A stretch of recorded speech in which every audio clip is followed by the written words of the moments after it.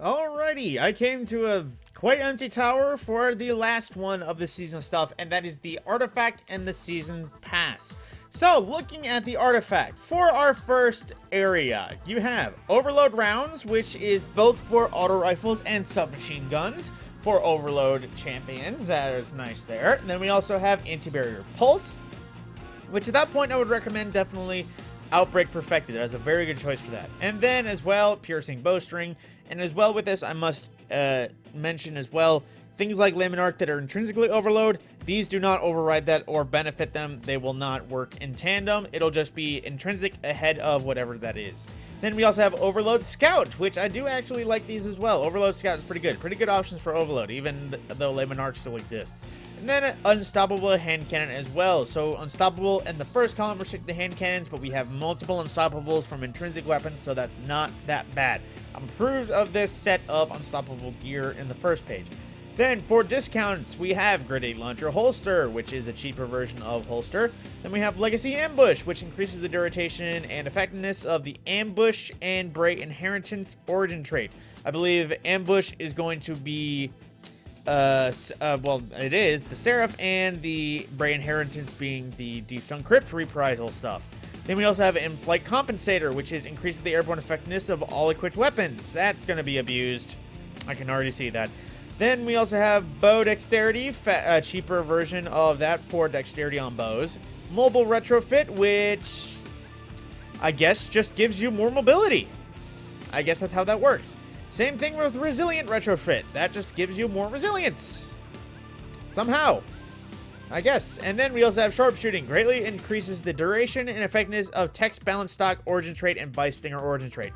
Now, I believe that works in tandem with the other weapons in the form of...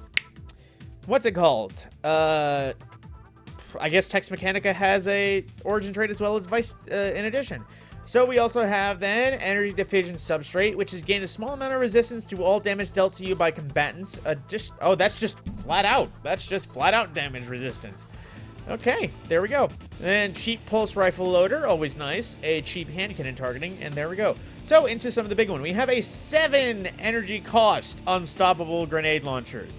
We knew this was coming, but at the same time, it's now here. And then we also have Becoming Charged with Light whenever you or a member of your fire team stuns a champion. That's also kind of good now that people have started to get into that, so I approve of that.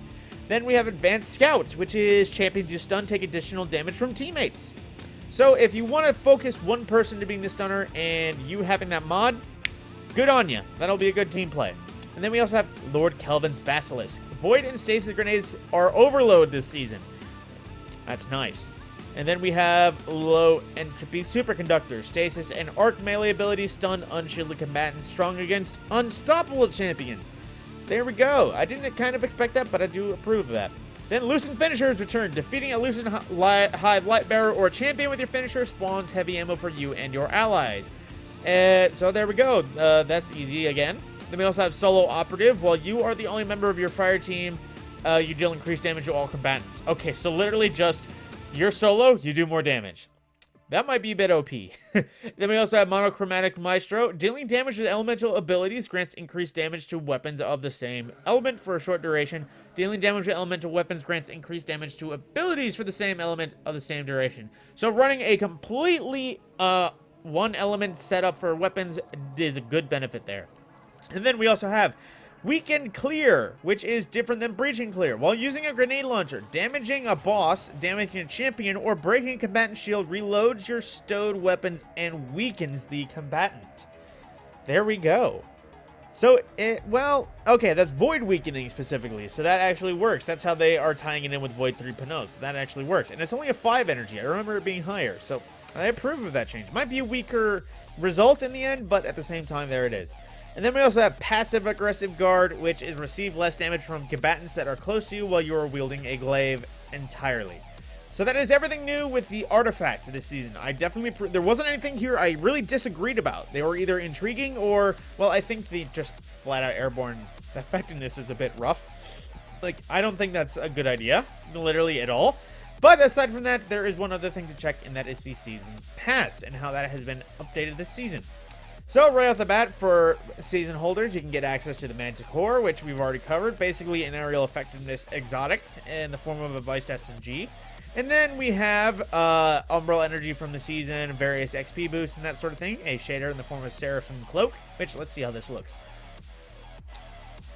I believe that's the shader for the season, because I've been seeing a lot of purple and green, a lot of Joker looks. So then into the main ticket items, we also have Stylish Draw, another finisher, which is, I can't tell if this is a reference from anything, but it's basically, yeah, quick draw. So there we go. And then, let's see, other things. A transmit effect in the form of Seraph reboot. Is this just a redone? It's just a redone version of that old Rasputin transmit effect. Boo, Bungie, you're just reusing things. Then in forward, let's see, for the cosmetics, we have the Intercepted Transmission Sparrow, which is to, that's a cool trail as well. It's not a half bad looking Sparrow as well. And at this point, we get access to the Retrofit Escapade machine gun from the Season Pass as well.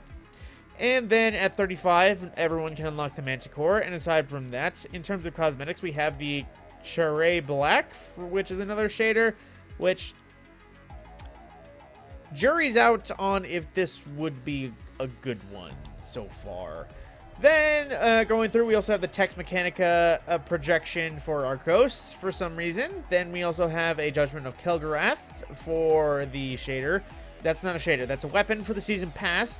And at 50, we get the Infiltrator Ghost Shell, a part with the season, which that actually looks pretty solid. I do like that. I do like that look. I do approve. And then exotic ciphers, we get more armor down the line, then ornaments. Now, I will not be showing every single ornament, but the gloves ornament as 64. Then the boots ornament at 73.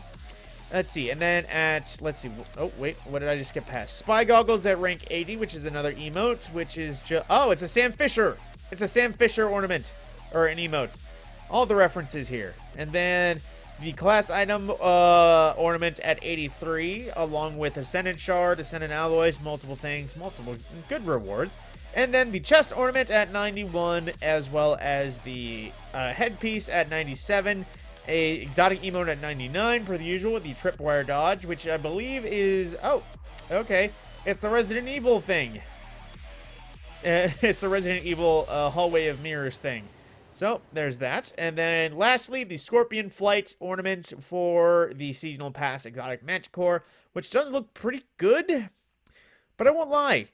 It kind of looks best on its own, if I'm honest. And with that, that has been the Artifact and the Season Pass. The last thing that I will be covering that's brand new in terms of just random things, everything else out here, will be story beats and how to finish stuff, as well as the usual reset stuffs at Tuesdays and TWABs on Thursdays. My name is Matt Scorpion. I will see you in the next video.